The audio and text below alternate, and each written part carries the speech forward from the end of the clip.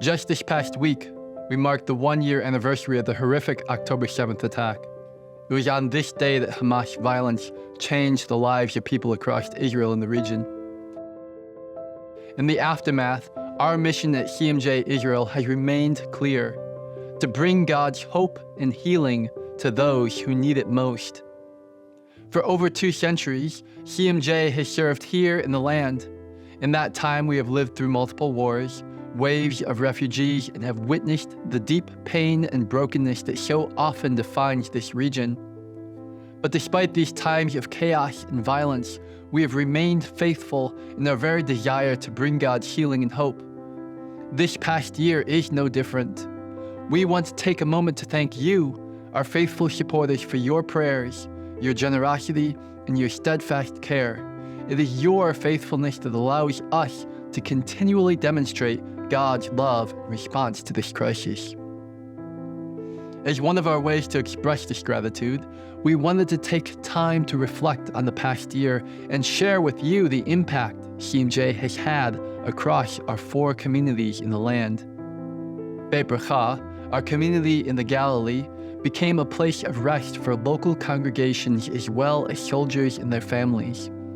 One soldier in the reserves, exhausted from months of combat, came to us with his wife and newborn baby.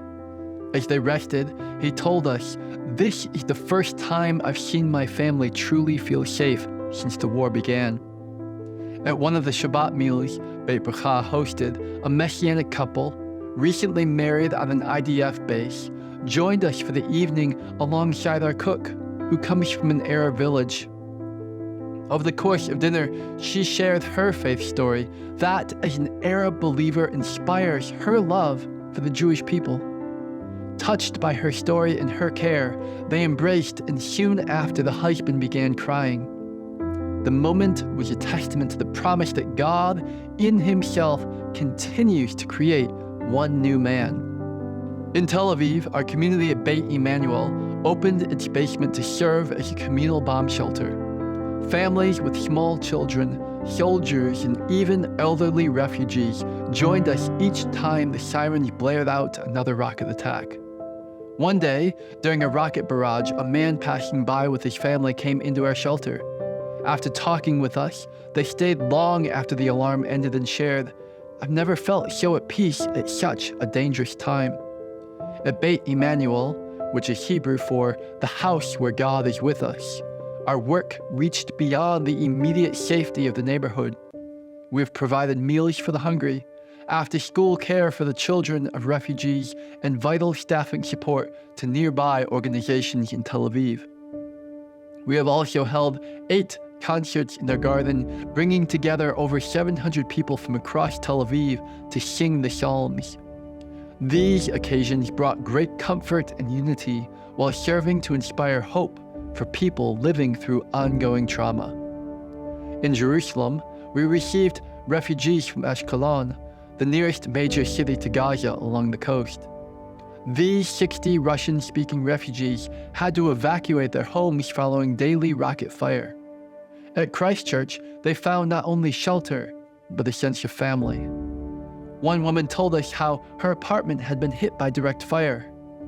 "I was alone, lost in the darkness," she shared, "but coming here was like finding a piece of heaven." We've also been able to support schools and communities in Israel that have been hit hardest by the conflict. Through the Mercy Fund, we provided 160 tablets to children in southern Israel, giving them tools to continue learning despite being displaced by the war. One teacher told us that these small acts of generosity have helped their students see a glimmer of hope during these dark times. One of the most poignant stories came from a grieving Jewish family who had lost a young son to violence. At that time, we were hosting one of our Tours with Purpose, where people from around the world come to serve those in the land who are needy and suffering. Having heard about the care we provide, the family reached out in order to help them maintain their home during the customary period of mourning for their son. We went to their home, cleaned it, and simply sat with them in their grief. These quiet moments of service, in the midst of profound sorrow, have been a testament to the simple power of compassion. Everything we have done this year, from housing refugees to providing meals, was made possible by the generosity of our partners around the world. We know that even in the darkest times, God's love shines through acts of kindness, service, and compassion. We have now passed the 1-year mark in this crisis without any lessening of the pain and suffering in the region.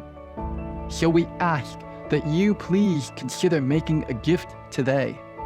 Together with your help, we can continue to bring God's healing to both the Jewish and Arab people in the midst of this crisis.